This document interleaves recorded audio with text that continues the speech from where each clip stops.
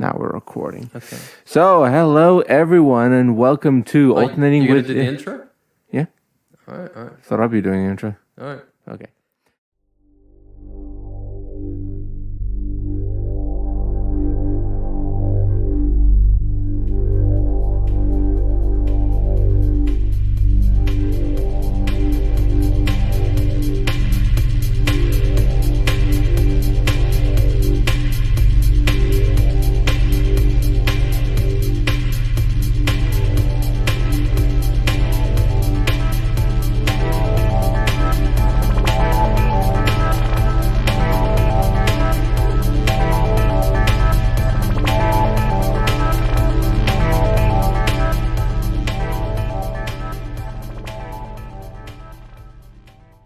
Hello everyone, and welcome to Alternating with Erik, episode 30, the big 3-0.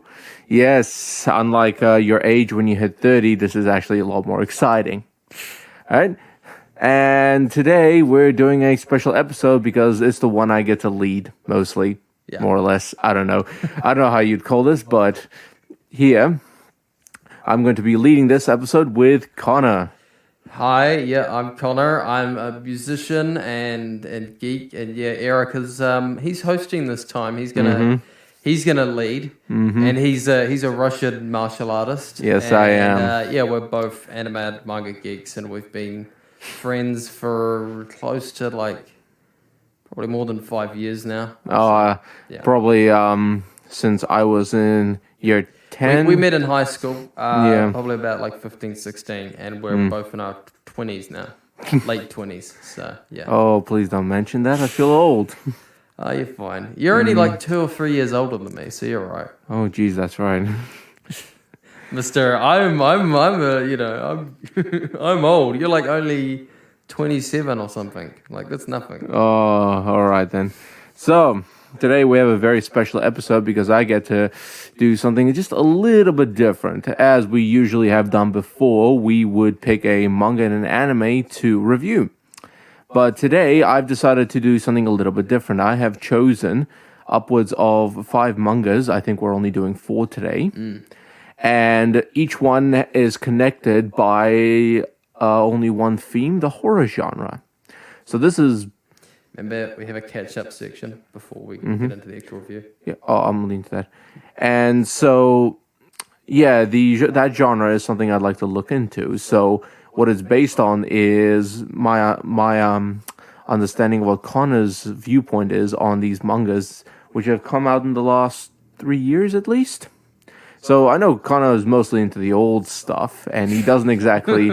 He's, as he told me... You make me sound like an old curmudgeon or something. Yeah, kind of, considering that you've told me that you don't extensively look into the newer stuff. I do occasionally. Yes. I'm watching Uzaki-chan. Doesn't really count. So I've decided to pick 4... So we've decided to go with 4 titles. And so reading a few chapters of these 4 titles, and I'm going to get Connor's opinion on what he thinks of the way the horror genre has developed up to this point. So, but before we do that, we've decided to do a bit of we'll do a catch-up session.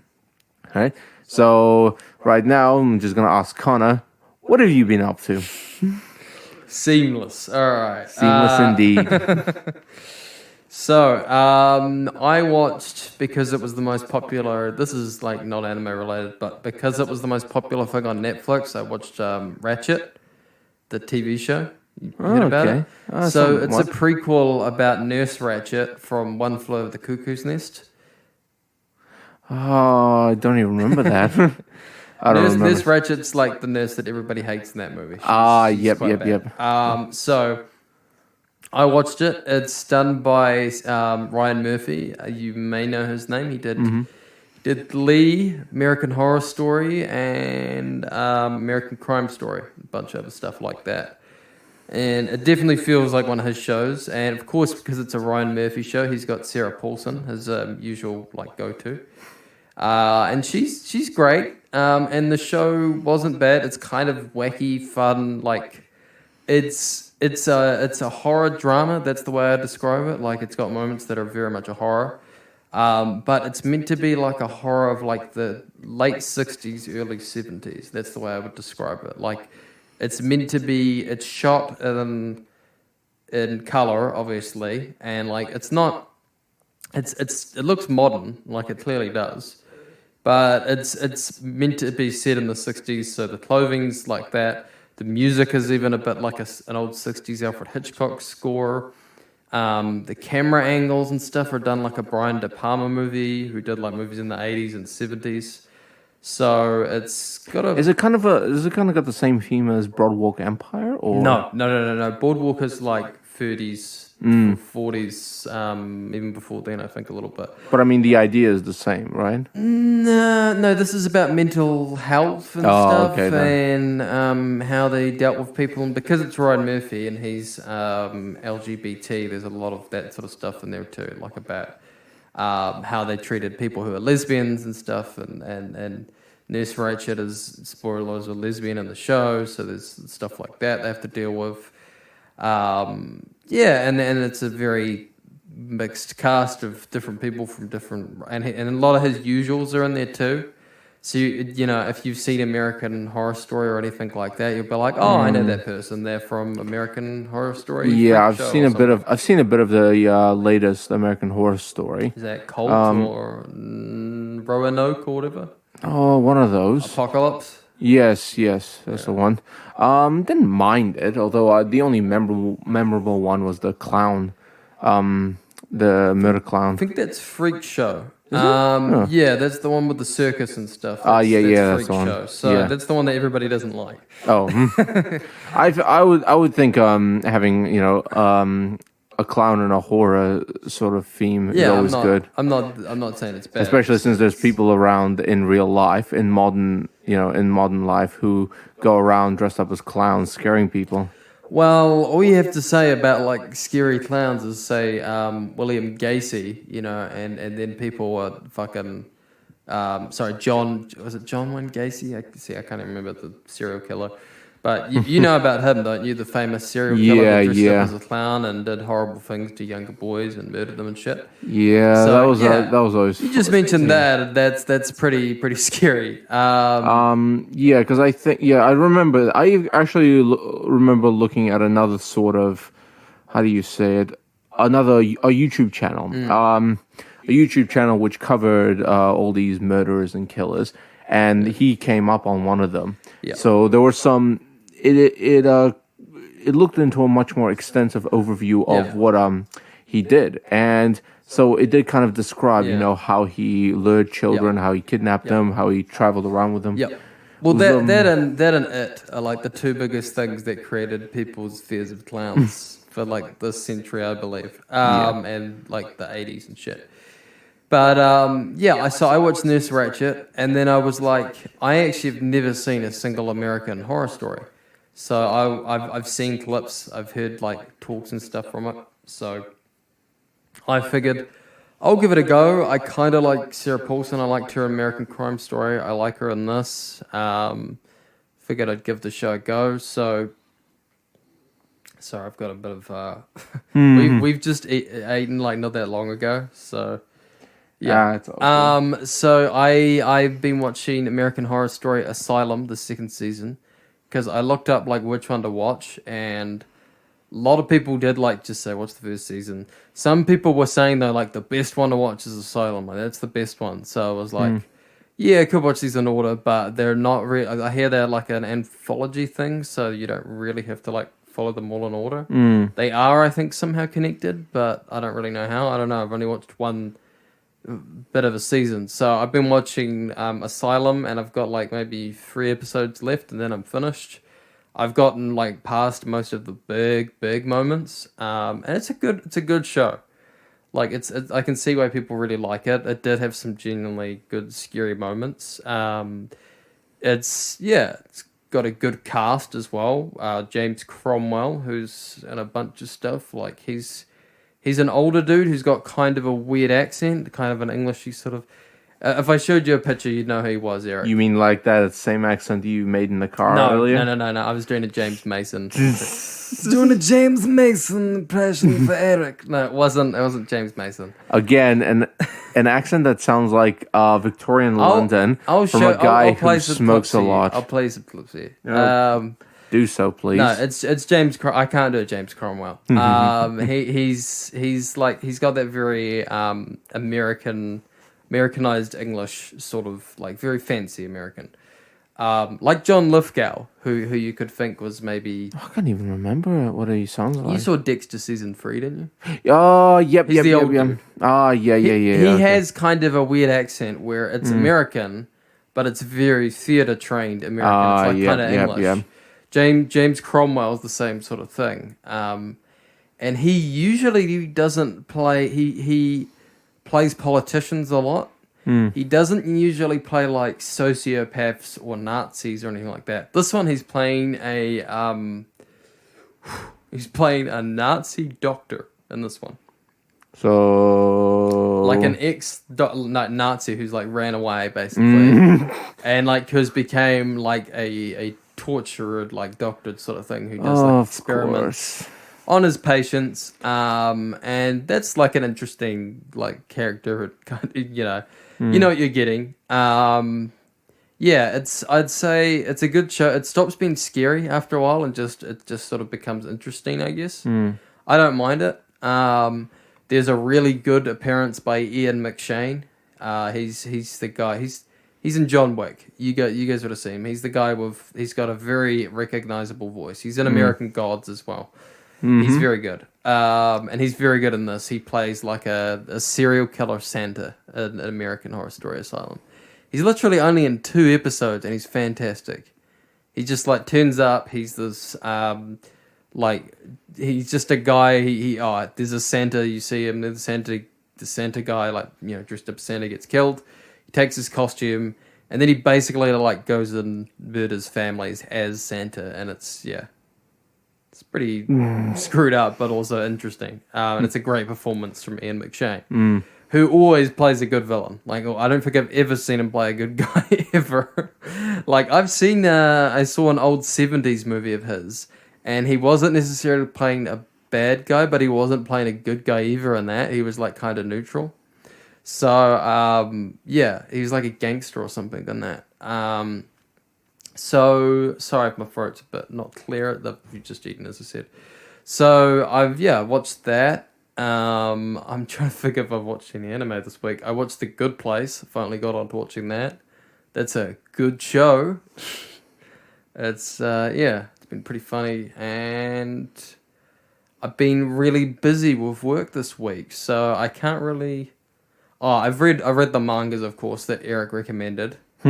And in terms of anime, I can't really think of anything I watched this week. I think I didn't watch anything this week. Yeah, I haven't really watched anything this week. I haven't even read anything this week. I've been quite busy with my own life. What I have managed to do is watch a Netflix series. So I've kind of decided to go, I can't be bothered, finishing Love, Death, and Robots.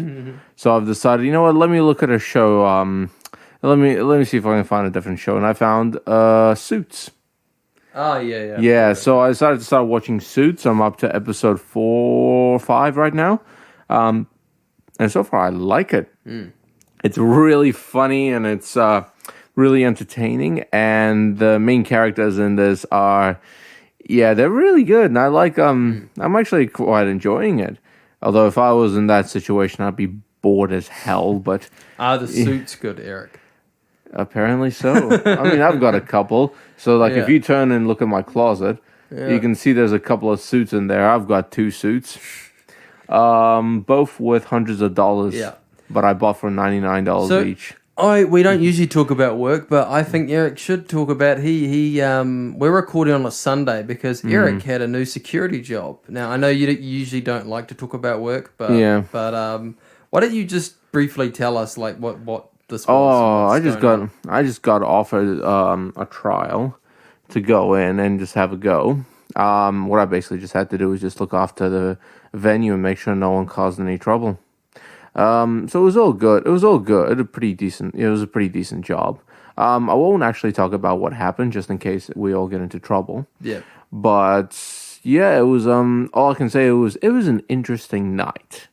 Very interesting night, and one where I did feel like I made a good impression on someone. So I think at this point I'm hoping for some more work on in that area. But for now, yeah, it was a bit of a fun night. And the other thing I did, actually, one other thing I'm going to mention that I did yesterday was help MC a tournament. Oh, So this is our internal tournament for our dojo, where we get kids from our different branches across Wellington to come in together and have a fight. I managed to get at least a couple of kids from my branches, and everyone else came from the main Wellington branches. So it was a good matchup to watch, and I'm really proud of my two kids that entered because they made a massively good impression, and they both won medals and trophies. Oh, that's so cool. I know, it was awesome.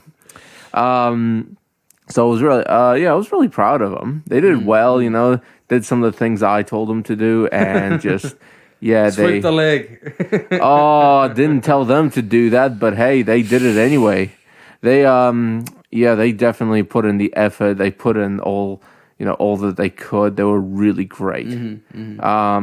So what I'm hoping for is next time we do another tournament, we have more kids in, and next time I'm hoping it just becomes. There's more kids that'll enter the tournament and just do so much more. So yeah, that's pretty much been me and my weekend so far. Very busy and very tiring, but getting through it as much as I can. But yeah, it's pretty much. I think that's pretty much it for us, isn't it? Yeah. All right, so I think for now we'll take a quick break, and when we come back, we'll start doing our horror genre review and see what Connor has to say. All right.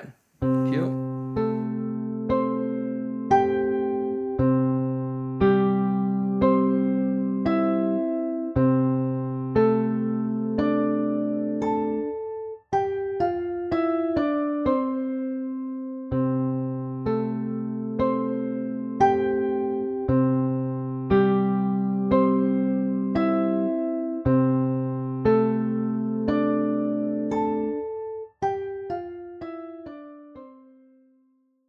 We are back from the break, and we are about to start our little philosophical look into the horror genre from mangas made in the past 3 or so years from the point of view of Connor.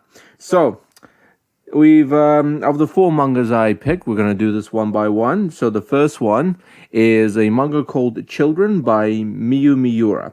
Okay. So, I'll give a quick synopsis on these mangas each, and then we'll hear from Connor about each one. So, Children by Miyu Miura is about a college student who decides to take a part-time job and in a childcare facility located deep within the mountains. It's a 6-month part-time job. Yep. To take care of children for 3 million yen. So, Connor, knowing that you've been to Japan recently, how much is 3 million yen? It's good. Okay. However, in this remote I think area, I had more than that, to be honest, but that's just because our currency is really good. Yeah. However, in this remote area, sin runs deep and the work to be done. So obviously, I think our synopses are exactly the same, except my one says Igarashi Toru at the start of it. Oh yeah, mine's the same, but I didn't know whether or not we because I literally just copied mine from Manga Fox or one of those websites. Oh, this one's from Manga Nello. Oh yeah. Yep. So basically, this is one of the first ones. So Children came out in the last few years, I believe 2019 or 2018. I can't exactly remember which one. And so now we're going to hear from Connor about his viewpoint on this. Okay. Interesting that you picked this one as the first because I had a lot of comparisons with some of these, but I'll just review this straight as it is. So you recommended 2 manga called Children for this. I will say out of these, this is the one I enjoyed more. That's called Children.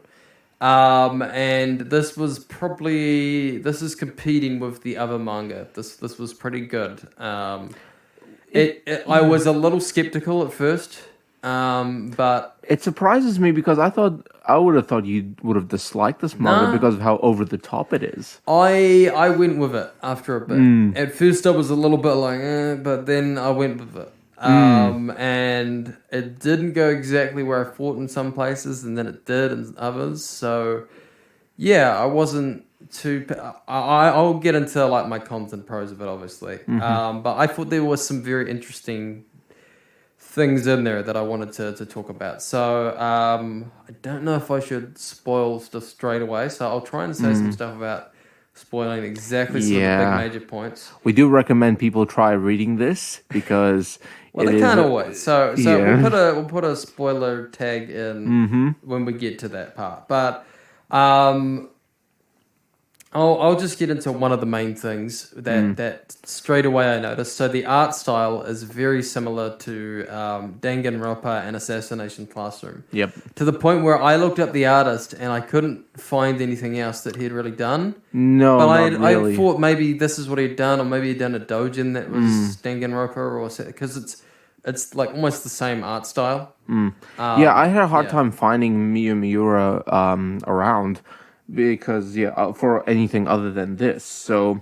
potentially this may be the only thing they're working on at the moment. So I would say this is pretty well paced for the most part. Disturbing in a couple bits that we'll get into.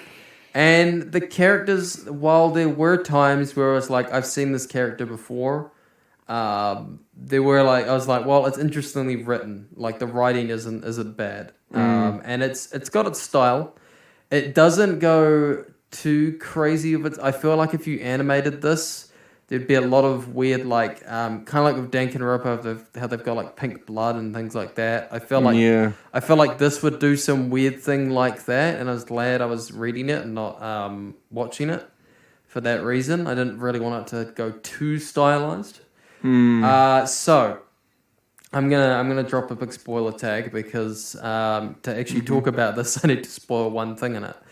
So the manga, when you first read it, like the first chapter, you would.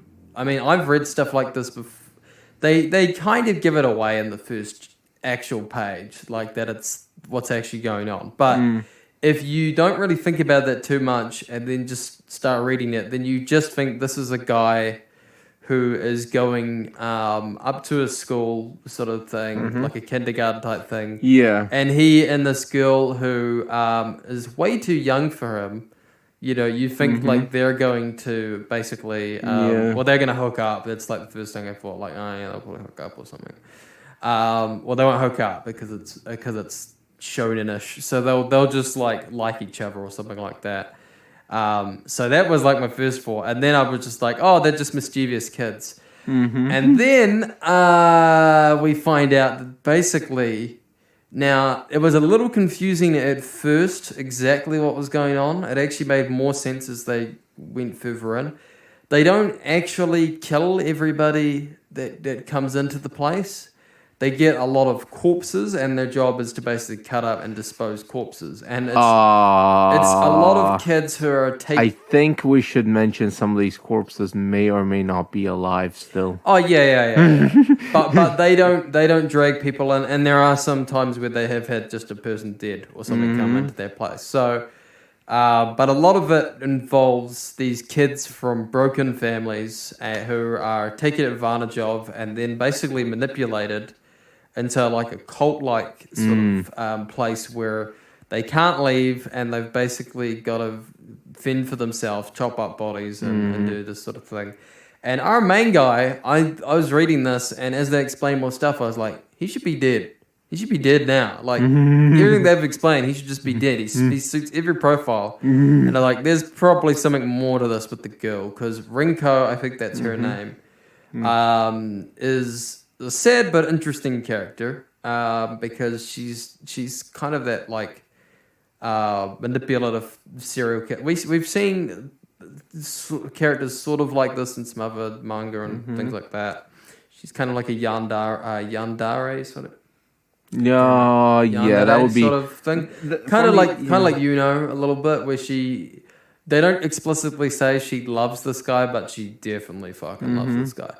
And you find out later on, sort of as you read. So I've read all of this, by the way. And one thing that interests me, like within reading this in the first half, is you could almost look at this as sort of like, a way you could look at Peter Pan as being kind of a twisted story, because Peter Pan, I've heard one person refer to it as like Peter Pan is actually a story about kids dying, and they're If in they heaven. grow up too old. Yeah, they're in heaven and they can't grow up, and that's why, and that explains a lot of. And Peter Pan or they're in hell, and Peter Pan is their devil or whatever. And I was thinking that with this kind of, because Rinko is kind of like Peter Pan, and that she's like this very energetic, exciting person. She's very charismatic, seems to get all the kids excited. But then she's like she's set all these big ground rules, and she's always like afraid of adults, always killing the adults, all this sort of thing. So there's a bit of a Peter Pan sort of thing going on there. That's definitely the case. Yeah, and as I said, it's very cult-like with the kids and the manipulation. And have you read all of this? Am I going to be spoiling? No, it's fine. It's not too much of a spoiler for me. Okay, because I'm not going to get into my cons just yet, but the ending for this, I won't say yet. I'll get into that at the end, obviously. But one thing that definitely was sad and is a lot of people don't survive in this manga. And one particularly sad one is there's this little girl who isn't really from that broken of, her dad's just kind of an asshole. And he kind of sells her to this place. So, yeah, not a great dad, obviously, not Father of the Year. But she doesn't want to really hurt anyone or do anything bad. And then she ends up just getting killed anyways by one of the other kids. And the guy basically has this breaking point, because he's for the whole manga, he seems pretty, like, I'm not going to kill him. I'm not going to do anything bad. I'm not going to chop anyone up. I'm going to be... And then this girl dies, and it kind of snaps him, and he ends up cutting up corpses. And then later on, there's this big revelation, which feels like it comes almost out of nowhere. It's kind of good, but then kind of bad, because the main character just suddenly changes, and it's not that great. It's not that well written in that part, and it just kind of like, at that point, you're like, okay, I've lost interest in this now. But I'll keep reading this because I sort of like the characters, but like they introduce another sort of twist, and it's not that great, and it's kind of just it gets a little silly, kind of like Danganronpa for me, and that sort of stuff. It's a little bit cheesy with that sort of thing as well, like with the art sometimes, with what's going on. And I thought, compared to one of the other titles Eric recommended, it's not as exciting as Noah the Blood Sea, which we'll get into later on. But yeah, that's my review for Children. And what do you think of the pros and cons of it? That was my pros and cons. Oh, that was your pros and cons. Sorry about that. Pros would be that the art is very good. Like the style of it, like it's definitely going for something. I thought like sorry, not the art, the character designs I thought were distinct, which I was happy to see. Like, so I wasn't getting people confused, which is good. And then I thought the pacing was pretty good until a certain point. And then I just think it gets a little bit convoluted and silly. Fair enough. Which some of these titles you recommended did. Like they really get me hooked, like some of these in the first couple chapters. Like I was just like, I read the first time and I was like, okay, I'm not going to read any more of this. And then within 5 minutes I was reading all of it. So all right, so I'll do my kind of big end after we've reviewed these mangas. So without further ado, we're gonna go into the next one, which is another children title, but just a little bit longer. It's Children Don't Play in the Dark.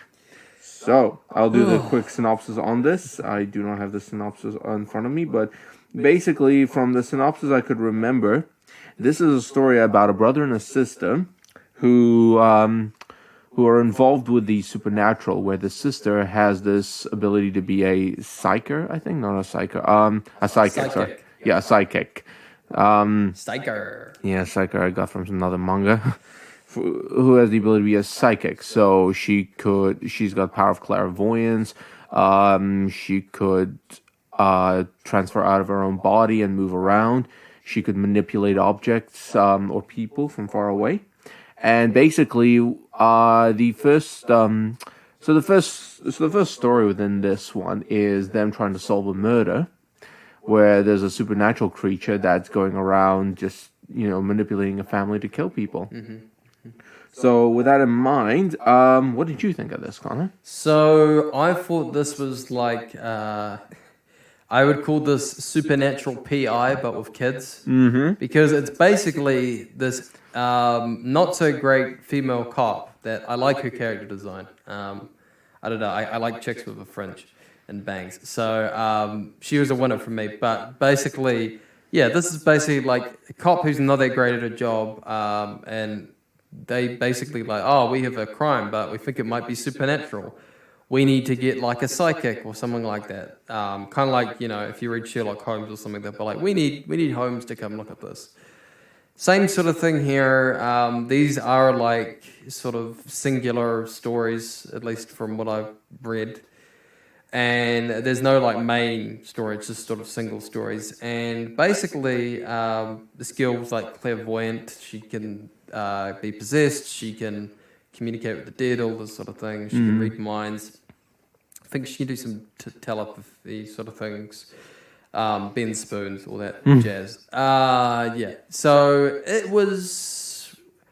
I enjoyed the other children a lot more. This one, I have probably more cons than I do pros. I liked the female character design. Thought she looked good. That was the only thing I really was like, oh, I like her design. Yeah. But the kids got really annoying after a while, and just weren't that interesting. And I don't really like supernatural children movies. Like I've seen Poltergeist once, and I don't think I mind it, but I don't really like that type of thing. So this really wasn't like my wheelhouse. What did you think of the horror elements of this? So here's what I've got here, and I'm surprised I didn't put this for the other children, because if you read both of these, you'd probably think I'd put it for the other one. I call this a bit edgelordy, like a creepypasta, like a bad creepypasta. That's what I've put here, which I know some people who read, like, if they've read this and they've read the other children, they might think it's the other way around. Because the other one is a bit silly and has a very distinct style, is a bit edgelordy, you could say. But I don't know, I found that one a lot more interesting. I find as I'm getting older also, kids getting hurt or in danger is scaring me a lot more, even though I don't really have any interest in having kids. But this one, like reading it, I was just like, no, this is just, I don't know. You don't have me caring enough for the characters to care what happens to them. And that's not good. Like, that's really bad in a horror movie. If you have a bunch of things going on and I either don't care about the characters, or I don't care about the villain, or the deaths or whatever's going on isn't interesting enough to get my attention. So that's a major problem for me. So the other thing I noticed straight away reading this that I thought I'd like, this is clearly very highly influenced by Junji Ito. Junji Ito is like one of my all-time favorite manga writers. I felt, because this is one of the things. Junji Ito, but like on Moe steroids. It is something I thought about, because reading the first chapter, it did make me think, this does look like a Junji Ito looks like thing. Uzumaki or something a little. Yeah. But it's just like, it's a little bit more cutesy, and it's just not the same, because what I love about Junji Ito, and especially in Uzumaki, and some of his other works, like with the exception of Gyo, most of his works, he can scare you and do like, or do like a really interesting death or something tragic without actually showing any gore or any blood. Like some of his things are just people's bodies twisting in weird ways, or someone's hair like getting all mutated and shit. Like it's more body horror and things like that. And this one was just like, I don't know. This one was like a B-rated horror movie team, like who does special effects and stuff in the 80s, was like, okay, we're gonna take one of like the Junji Ito things, and we're just gonna like do this type of gore instead. We're gonna do like typical horror sort of violence and gore for supernatural stuff, and that just wasn't as interesting. I just didn't. Yeah, the art was like at first it was, I don't know. I both hated it and liked it because I could see the Ito influences, but I didn't like it for But having it's the that way. influence. But it's the way it's supposed to The be way drawn. it's presented, it was like just not the same. All right, so we've just had our pros and cons on that one. Obviously, the one thing that ruins it is the children themselves. You know, if we had Didn't like either of them. Yeah. and I thought the boy was a girl for the first part reading it. yeah, I made that mistake. Yeah, I made that mistake as well. Yeah. But in any case, this was a quick little look into Children Don't Play in the Dark, and we're gonna move on to the next one, Noah of the Blood Sea. Okay, this was So I'll do a synopsis on this one. yeah. So the synopsis behind this one is a family takes a vacation cruise on a luxury liner and realize that the glamorous ship is nothing but a facade as a series of mysterious killings spread throughout the ship. Facade. Facade. Is it oh, of course, that's how you pronounce it. It's a facade. So this was another interesting one because it made me think of kind of like a snakes on a plane scenario, or Yeah, I wouldn't say it's snakes on the plane, but no, it definitely maybe isn't. But it is one. But it is one where because there's a few recent movies that have come out that's almost the same as this, but knowing knowing the setting and looking at the first few chapters, it actually looks pretty good. So with that in mind, Connor, what did you think of this? So I want to mention the author's name because you didn't do that. That's Yu Satomi. Yep. I can't remember if he's done anything else, but I definitely feel like I've seen art similar to his and some other stuff. Like I was trying to, it's very European influenced. In both its art and its style. The biggest thing it reminded me of was, and this is why I thought the art, like I was looking at it, I was like, oh, is this the same artist? Like, I thought it was done by the same person that did Promised Neverland. Because the art style, other than like the kids, it had kind of a similar art style in a couple places. I think Promised Neverland's I think the Promised Neverland style's better, but I think more they have detailed. Yeah, but I think the look's a little bit similar. It definitely there is a similarity. I think to they it. both were kind of maybe influenced by some similar things. But probably the thing that definitely made me love this manga straight away is one thing that I think should be done more, which is we need more horrors on a boat, man. Like, it is the best setting for a horror movie. Like, plane and a boat, a train, all these settings where you're isolated and stuck with people. Perfect settings for, like, everybody's like, oh, we're going to do a haunted house, a hotel. Cool. Large open space that you can easily run out of or easily get it. Like, I'll admit, a hotel does kind of scare me because I saw The Shining, and, like, so that can be scary because there's, like, you don't know what's around the corner. But unless they've managed to find a way to shut down, the windows and doors to prevent anyone from escaping. But most people, myself not included, because I'm not claustrophobic, but a lot of people are claustrophobic. And so you set something on a boat, a plane, or a train, that's a claustrophobic kind of setting. And the boat scares me because you're stuck in the middle of fuck-ass nowhere on a boat with people you don't trust. and you're clearly outnumbered, and then you're like in the middle of the water, because this whole setting is all about basically you're on a boat and there's fucking vampires, like the high class. It reminded me of Roald Dahl's The Witches, where basically these two kids are like they're at a conference or something, like on some place in England, and they're on holiday, And then basically you find out that this whole conference, there's just these like women who are secretly disguised as witches. That are they're not eating children in that one, but they basically could have been. Like it's that kind of fucked up thing. Yeah. And this one, like, yeah, they're basically just trying to eat people and like basically auctioning them off and or just straight up killing them. So I was loving this. I thought this was very interesting, right up my alley. And yeah, sorry, I just want to. Yeah, because that's the my notes here. Because that's basically what you just described to us as your favorite, I guess, setting for a horror. I think it should be done more. Yeah, you know. But in terms of the of how Noah the Blood Sea used this setting, what did you think? I thought it was very well used because they clearly knew they had a setting that is like you're on a boat. Yeah, it's hard to get off a boat.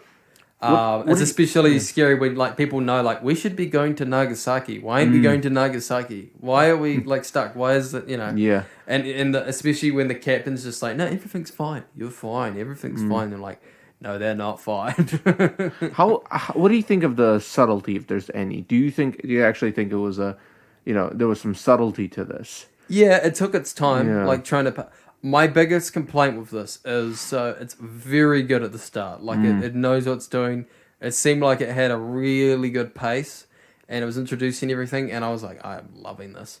And then just like I would say up to what they're up to now, like just midway through, they're like, okay, we've got to introduce some backstory for this Noah little girl. And I was like, no, I don't need that. She's the least interesting character. I know she's meant to be this powerful vampire thing, but she's kind of boring. Like, there's not much to her. She's just this. She's kind of like just an object, basically. Like, and I kind of hate these characters where they're just like super powerful, but there's nothing really interesting about them, sort of thing. Like little girls or boys or something, where they're just like these.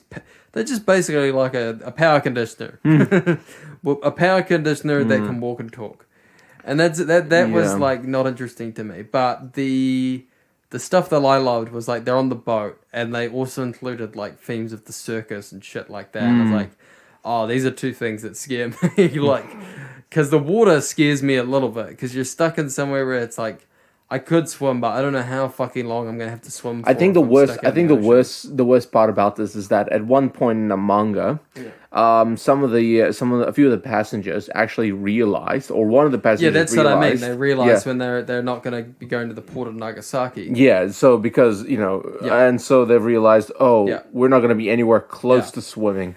And then I also like, as I said, like the circusy parts where there's like.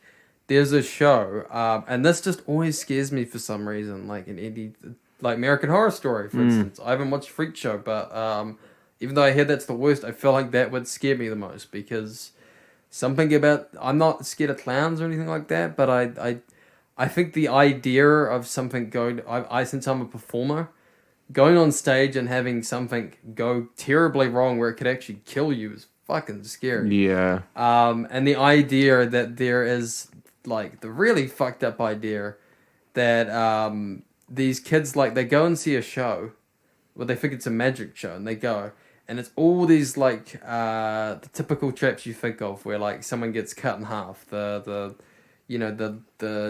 guillotine dropping, things like that. And at first you're like, they kill a guy off, like, with a guillotine or something, and you're like, oh, shit. And then he comes back, and you're like, oh, he's fine. Then you start noticing some things when the characters start talking about, like, hey, that guy doesn't look like the guy who got his head cut off. That looks like a different guy. And you're like, oh, fuck, they're actually killing off people and then just putting in a different person with, like, the same clothes and wig. And that's, like, fucking creepy. And the creepier thing is when you realize, like, when you're reading later on and you realize there's been vampires on the ship, you're like, these humans don't know that these are people being killed off, but there are some sick fucking vampires watching at the back who are getting a lot of pleasure watching these humans get killed. And they know, like, oh yeah, they're gonna pretend like to switch this other person in. And then the thing that, makes fucked up to me that I'm thinking about is, like, what if that's your best friend that gone up, to go be in the magic show to go, get his head shot, and he thinks he's going to be fine. He dies. Then someone else comes back. You think it's your friend. They're a fucking vampire as well. There I was like, oh, fuck. Like, that's the thing I wanted way more focus on. And sadly, this manga, like, it sort of just didn't focus enough on that for me. Yeah. I wanted a bit more of that because, like, once they do the big reveal that all the stuff is going on, I was like, oh, okay, now you've dropped your thing. Now there isn't really much else to do. So would you say that'd be your biggest con for this? My biggest manga? con is like it lays out this big thing for you, and then like it doesn't really know where to go once it's dropped its massive bomb sort of thing, Awesome. So yeah. Awesome. So that was our third manga. Now it's time for our fourth and final one. The title of this is Ijime no Jikan, translated to Bullying Time. So we're going to call it that from now on, just so we don't get any sort of mix up on titles. And so this was a manga which has a very simple title, a simple synopsis. Yeah. Yes, but what we can say about this is that this is just a bullying. This is a bullying manga, and I'm gonna just say right now, my reason for picking this and its relation to horror is just that fear from people who have been bullied before. So that's that sort of fear that comes up is an element to horror. So this is something I figured would be quite interesting to speak about. So Connor, what did you think of it? So we read a manga, we reviewed one called, I think it was called Crime and Punishment or something. I made you read it. So in that manga, it had a very unlikable character with a lot of unlikable things going on. But it was always really interesting, even with this unlikable character. And I thought all the actions, as we said, I think we said the actions were what made the character interesting, not the character himself. So this manga I read here is very nihilistic, is very bleak, and nothing is like particularly interesting. It's just depressing and just very like I have no notes written on this because I read the first I read a lot of it and then I skipped read and then I did find out some stuff later on, but I was very pissed that this guy is getting bullied.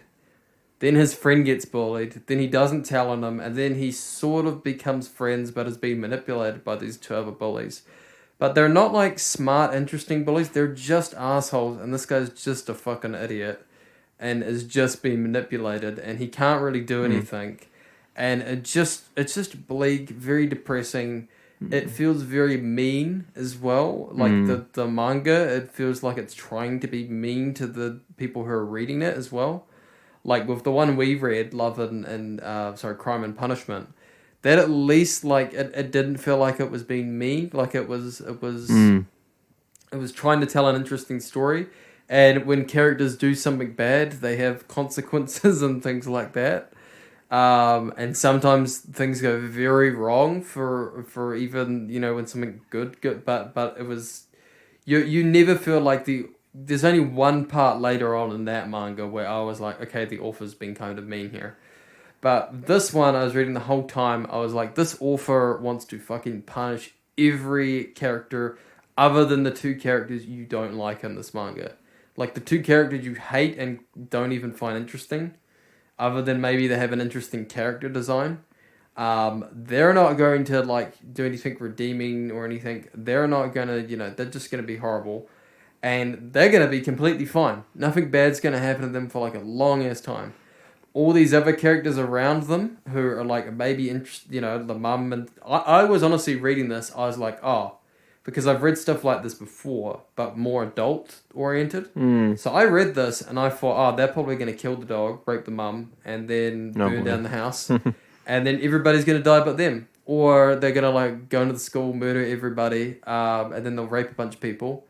Or they'll rape someone, toss them out the window. I was thinking like they're going to do all this horrible shit because I was reading it as like, because this seems like the type of thing where this is an author who's very like nihilistic and he's very depressed, but he's depressed in a way where he's like, I want everybody to feel how fucking depressed I am and you're all pieces of shit. And it's just, I felt this was very, very mean in a couple of places and I did skip ahead.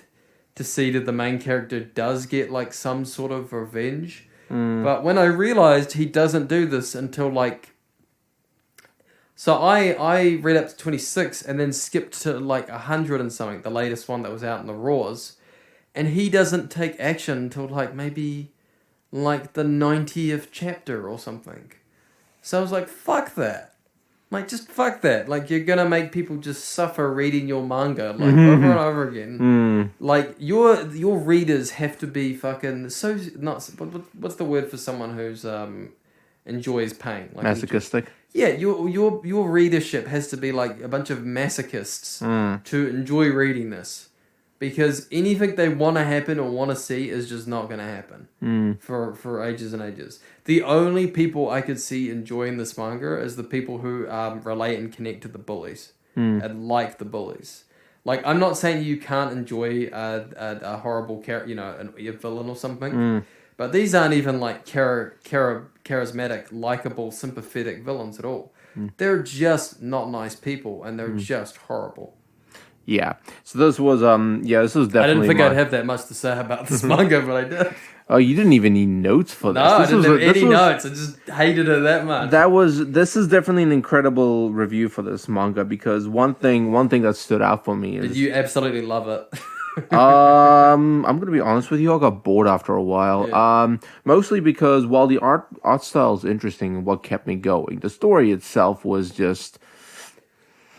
It was, I don't know. As you said, it takes too long to really show any sort of resolution for the main character and what they could do about this. Because we've whether or not we've been in a situation. Can I spoil the biggest fucking cop out for this manga? Go ahead. It's gonna piss people off as well. So the main character, you think he dies at the start of the manga. He doesn't. That's just a dream he has. No, jeez. That's just a fucking dream he has, and then he's just living through the rest of this fucking shit story for the rest of the manga until episode, chapter 90. Oh, jeez. Yeah. Well, in that case, guess the kid doesn't die. No. But I guess the thing about this is, for anyone who's ever been bullied, this is probably going to be a nightmare to read because, looking at this from what you've described, please go read Vitamin if you've went through, like, if you feel shitty about bullying and stuff, go read Vitamin. That'll make you feel really good because that is horrible bullies too, but shit happens. Like, they don't necessarily get 100% comeuppance. But you feel there's a resolution for the characters, a good one for your main character. But unlike Vitamin, bullying time is basically prolonging what we could only think of as the inevitable. As you said, the author seems to be putting on a flow of depression and just the expression of despair and. Just a feeling of being down on themselves. Not sure if that's actually on purpose or whether or not this is how the author feels, at the moment and in the world themselves. But this was just like an interesting read for me for the first few chapters because I thought, okay, so this is gonna be another bullying manga, but with the art style that's included, it seems to add more of a horror feel and another element to that because when we with stuff like Vitamin, the art style was quite bright and colorful and didn't really give that element of horror. It was like you fell for them, you felt sympathy. Vitamin's that's a drama. That's a drama, exactly. Whereas with this seems to add more as a horror element I'd say because this is a very nihilistic drama. If I was being more, I wouldn't necessarily call it a horror. There's nothing that I was like, I'm horrified by the imagery. I'm more just like, it's more just the personalities and the people I'm just disgusted by and not enjoying. Yeah. I love that I'm sorry I'm cutting you on this, but I love the fact that people would be saying the same shit I'm saying right now about these characters, about Uzaki-chan. Like, people have this much of a hate for Uzaki-chan, and I'm like, she does not do anything that horrible compared to this fucking person. No, it doesn't. Compared to these bullies. All right. But all right. So that was your pros and cons, which was actually rather interesting for this manga. Yeah. So I'm gonna ask a few more questions before we decide to finish off. One of my questions is, I picked this genre and I picked these mangas because I wanted to ask you, what did you think, knowing some of the horror mangas of the past, say the 70s and 80s? Yeah. How do you think that these mangas we've just reviewed would hold up in that time? Do you think that they'll all be quite successful, or do you think a few of them would just fall flat on their face? Okay. See, when you pitched this to me, I figured you were gonna pick some 70s and 80s manga to review with this, or 90s. Well, no. Although you make me sound really old. I just like 90s and 2000s stuff. Here's the thing. In knowing you like these sort of mangas in that sort of era, I wanted to ask you, what would you think of these current modern? So I'm just trying to remember all the titles and then trying to place them. So I would say the two main ones that I obviously liked. Funnily enough, actually, I would say the one we just talked about, the one I really hated the most, the bullying one. Mm-hmm. I hate it, but it would probably do very well in the 80s because if it came around the same time as Ichi the Killer, be the same sort of crowd that would be reading it. So, yeah. So that would not do too bad. And the art style, I think that is actually a 90s or 80s. It had that sort of, it had a 90s manga sort of look to it. So, yeah, it would fit in sort of the 80s, 90s sort of, I'd say like 89 to 90 something, it would sort of fit in there. Okay, so children, not children that play in the dark, just children. That would be, I don't think it would do bad with that crowd, but I think it's definitely, it's a title from this era. It's a very mid 2000s to now sort of manga. It has that feel to it. It definitely does. Definitely 100% that look to it. No, the Blood I could see definitely being an early 2000s title. You know, if it was coming, and I don't even know what era that is. It could be an early 2000s title. Something like that. See, I wish you'd got the dates on these, then I could say it's. I had the dates on these, but unfortunately, I've had some issues. So yeah, I would say like that's in. I would say early 2000s, like that would be where I would fit it. And then Children Don't Play in the Dark, that's 90s for me. That's like a bad 90s title. That's something I wouldn't read, and then I think that would be something that would get ignored by the Japanese public. Yeah. You know, it would have 2 or 3 reads, and then people would be like, "This is an Ito." Fair enough. And my other question would be, in knowing what these look like now, would you kind of consider the horror? How would you consider the horror genre now? Do you think it's quite well off from the 90s and 80s? Or do you mean in terms of manga? Or in terms of manga. Okay. Because I was like, Jesus, you're asking me the whole fucking genre. No, just for the mangas. Just for the mangas. So that's what you're acting like I've read a lot of 80s and 70s and 90s horror. I've read a little bit. Well, I wouldn't say I'm an expert. You have some idea of what the horror genre was like in that era. So I guess I mean, Drifting Classroom is kind of a horror, but it's more of a sci-fi thing, I guess. But that has like horror elements. So I would say there's a different focus. There's very much. Saw was actually a big influence. I can see on a lot of titles now, and games and stuff too. There's definitely that, but they've always had that sort of influence because Takashi Miike movies, which are always kind of bloody and violent. So Japan's never been scared of gore and violence with their newer titles, but I think things like Promised Neverland and Noah the Blood and stuff, they're taking more from European horror movies, and I kind of like that a little bit more. They're taking more from like Old Brothers Grimm, nursery rhymes, and kind of European horror movies, and I think that's kind of an interesting way to go about. So this is kind of what I wanted to try and ask on, and it's something I've been planning for a bit of time now. So thanks for letting us know your opinion and your little philosophy on the horror genre. So that was really good to hear.